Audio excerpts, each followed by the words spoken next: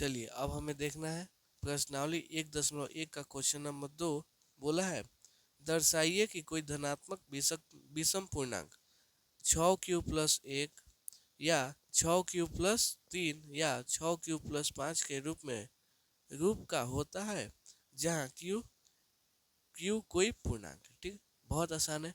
चलिए इसे कॉपी पे समझते हैं।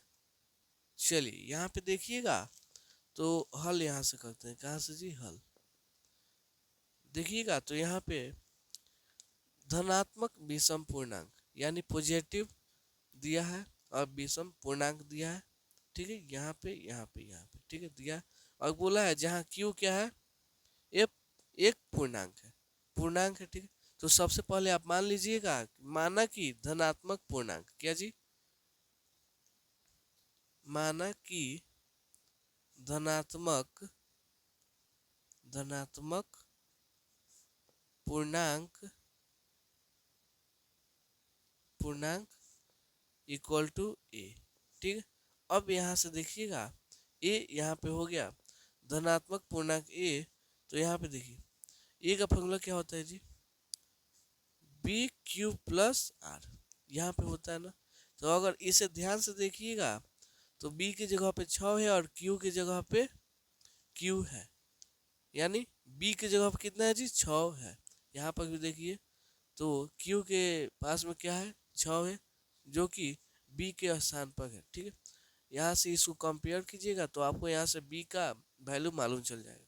मान लीजिए यहाँ इसको देखिएगा, R का वैल्यू 1 हो जाएगा, Q तो Q और B का वैल्यू 6 हो जाएगा। कंपेयर कीजिएगा तो यहाँ से B का वैल्यू कितना आ जाएगा? 6 आ जाएगा। आएगा ना, कोई दिक्कत नहीं है। अब देखिए यहाँ से हम आते हैं यूक्लिड विभाजन एल्गोरिथम से। इसलिए यूक्लिड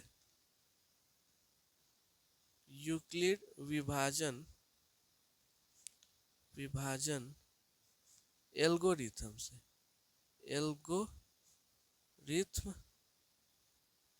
से ठीक है, कोई दिक्कत नहीं है। अब यहाँ पे देखिए यूक्लिड विभाजन एल्गोरिथम कहता क्या है? कहता है a इक्वल टू BQ+R। ठीक है, तो B की जगह कितना है? 6 है, तो a का मान कितना आ जाएगा? 6q+R। ठीक है, इतना आ जाएगा। यहाँ तक कोई दिक्कत नहीं ना। अब यहाँ से आ जाइए। अब यहाँ पे देखिएगा तो जैसे मान लीजिए यहाँ पे इतना है, कितना? 2 5, तो 2 दूना 4 हो जाएगा, ये 1। आप ध्यान से देखिएगा तो ये B है ना, B 2 और शेषफल कितना? 1। कभी ऐसा हो सकता है कि शेषफल इस भाजक से बड़ा हो जाए? कभी नहीं। क्या होगा जी? कभी नहीं होगा। ये जो शेषफल है भाजक से बड़ा कभी नहीं होगा। तो मान लीजिए B कितना है? 6 है। B कितना है जी? 6 है, तो R यहाँ पे कितना हो सकता है जी? 0 हो सकता है, 1 हो सकता है, 2 हो सकता है, 3 हो सकता है, 4 हो सकता है, यहाँ तक कि 5 भी हो सकता है। लेकिन क्या 6 के बराबर होगा? क्योंकि B और R दोनों सेम तो हो नहीं सकता, क्योंकि B हमेशा R से क्या होगा जी? बड़ा होगा। तो यहाँ पे हम मान लेते हैं जब क्या हो? R इक्वल टू 0 हो। R इक्वल टू 0 हो तो A का वैल्यू यहाँ से कितना आ जाएगा? 6q+0 यानी 6q हो जाएगा। जब R इक्वल टू कितना हो? 1 हो तो A इक्वल टू फॉर्मूला क्या हो जाएगा? 6q+1।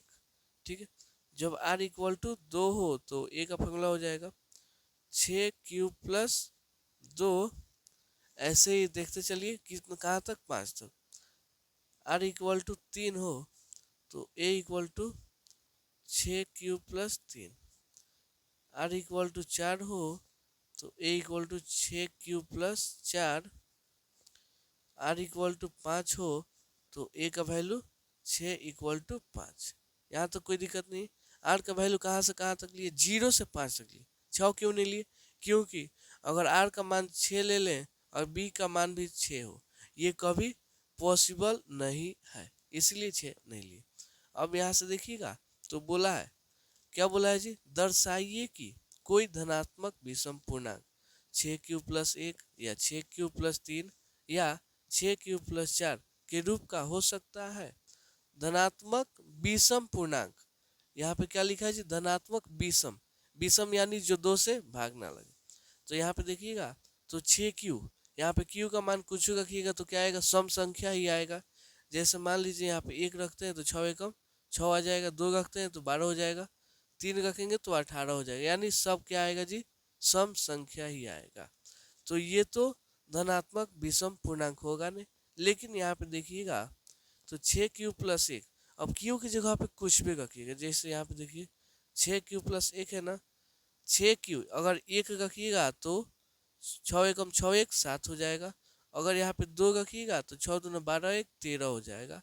अगर 3 रखिएगा तो 6 3 18 1 19 हो जाएगा। यानी हमेशा का क्या आएगा जी, विषम पूर्णांक ही आएगा।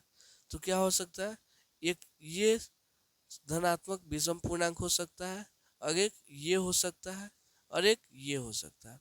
ये नहीं होगा क्योंकि ये सम पूर्णांक हो जाएगा, ये भी सम पूर्णांक, ये भी सम पूर्णांक। तो लिख सकते हैं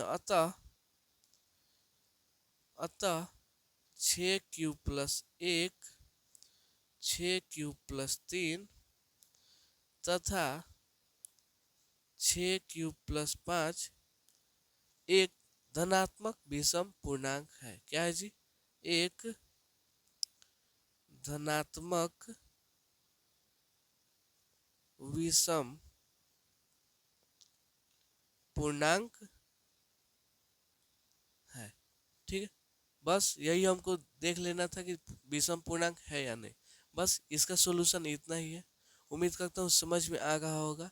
अगर समझ में आता है तो चैनल को सब्सक्राइब कीजिए, वीडियो को लाइक कीजिए। ठीक है, चलिए मिलते हैं अगले वीडियो में अगले क्वेश्चन के लिए। तब तक के लिए धन्यवाद।